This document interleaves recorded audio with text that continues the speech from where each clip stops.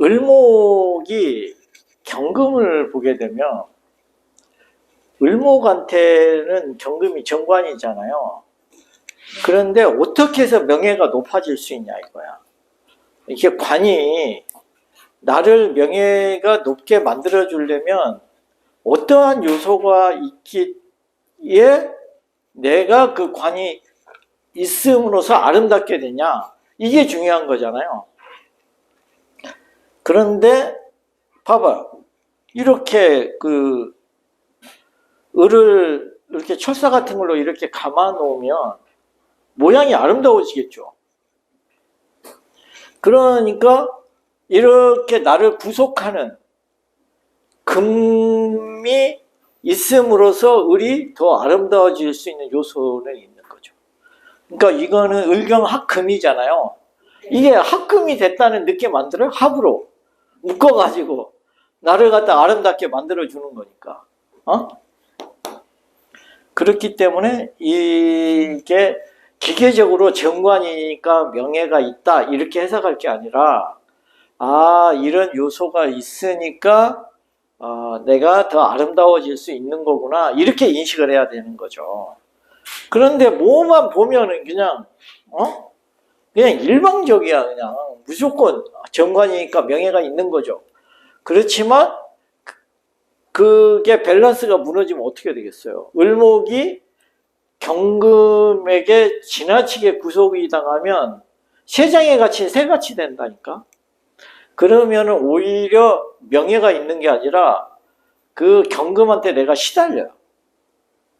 그러니까 대개 그런 요소가 되면 어떻게 되냐면은, 남들이 막 그 좋은 남편 만났다고 막 얘기를 하는데 나는 그 답답하고 그 구속감에 견딜 수가 없어요. 근데 밖에서는 정관이기 때문에 세장에 갇힌 새 봐봐. 아니 제때 되면 모이 주고 물 주고, 아니 너는 뭐가 답답해. 우리는 열심히 벌레 잡아먹으러 다녀야 되고, 그 다음에 독수리가 또 나를 잡아먹을까 항상 걱정을 하는데 너는 보호받고 제때 물 주고 춥기를 해 덥기를 해 얼마나 좋아. 이렇게 말하면은 그 세장에 갇힌 새의 그 답답함을 이해 못하는 거잖아요. 그죠? 그래서 그런 사람들이 막 남들이 부러워하는 남편하고 사는데 본인은 정작 행복하지 않는 경우가 그런 경우에 해당이 돼요. 그래서 이제 강한 을목은 지시대가 있어야 쓰러지지 않고 크게 자란단 말이죠. 근데 봐봐, 이게 토마토인데 토마토가 이렇게 큰 놈들이 열리는데 버티려면 지지대가 없이 가능하겠어요? 토마토도 되게 많이 열리죠. 막 주렁주렁 열리면은 또 그것도 또 무게감도 상당하잖아요. 그런데 이렇게 가늘은 줄기에 을이 그러면 어떻게 쓰러지지 않고 버티냐고. 그렇게 버티려면 여기 쇠거등 있죠. 이런 지지대가 반드시 필요한 거죠. 이런 지지대가 있을 때만이 이런 열매를 맺을 수 있고 이걸 감당할 수 있는 거죠. 그죠? 그래서 이제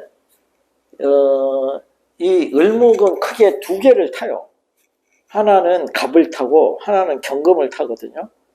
사람들이 경금을 안 타는 줄 아는데 절대 그렇지 않아. 자연에서는 을이 경금을 타고 있다는 걸 알 수 있어요. 그래서 그 부분을 간과하시면 안 돼. 그래서 이제 지지대 갑은 되게 이제 핏줄도 돼. 갑을 탈 때는. 근데 경을 탈 때는 경은 관청이 되겠죠.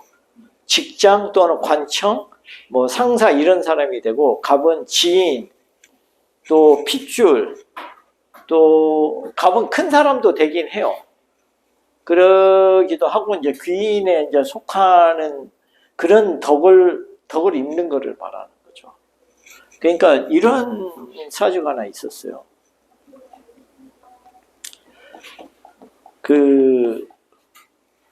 을일주였는데 갑신시였어요.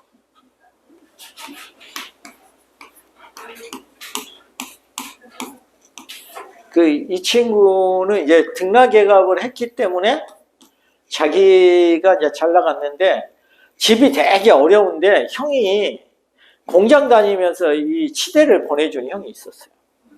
그러니까 이런 경우도 이게 핏줄의 그 지지를 받아갖고 자기가 이제 더 크게 성장할 수 있었잖아요. 형이 공장 다니면서 그 돈을 갖다 전부 이렇게 지원해주지 않았다면은 그 어려운 과정에서 어떻게 치대를 다녔겠어요. 그러니까 이런 케이스도 등락이갑은 그런 핏줄의 속성이 있지만 경금은 핏줄보다는 또는 여자 같은 경우는 남편을 만나고 나서 이렇게도 해석해도 돼요. 알겠죠? 그리고 이제 아까 이야기했듯이 약한 을목은 구속돼 이렇게 금이 강하면은 구속감으로 느끼는 거예요. 그래서 이제 답답한 면이 있고 세장에 갇힌 형국이라.